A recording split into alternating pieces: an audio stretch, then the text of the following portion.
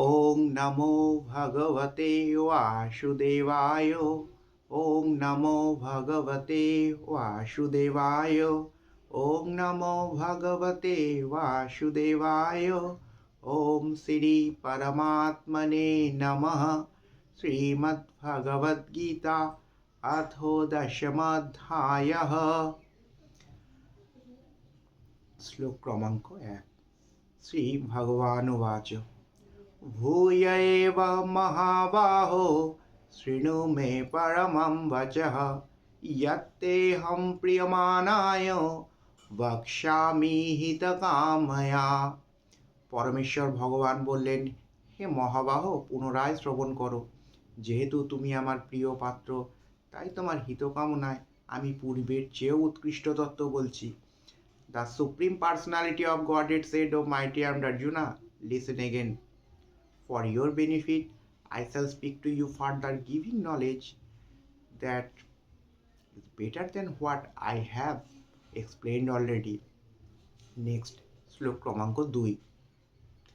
न मे विदुः सुरगणा प्रभवं न महर्षयः अहम् आदिर्हि देवानां মহর্ষিণাম চ সর্বশঃ। অর্থাৎ দেবতা বা মহর্ষিরা আমার উৎপত্তি বা বিভূতি সম্বন্ধে অবগত নয়, কারণ আমি সর্বতোভাবেই দেবতা বা মহর্ষিদের উৎপত্তির আদি কারণ। Neither the hosts of demigods nor the great sages knows my opulence or origin. For in every respect I am the source of the demigods and the sages. Next, শ্লোক ক্রমাঙ্ক 3।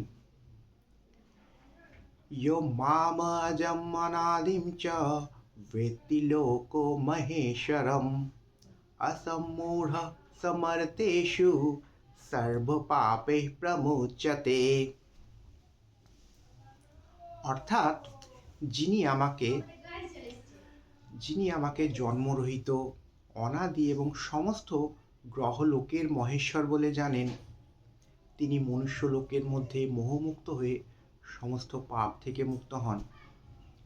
That means he who knows me as the unborn, as the beginningless, as the supreme lord of all the world, he only undiluted among the men is freed from all the sins. That's all. Jai Shri Krishna. Hari Bol.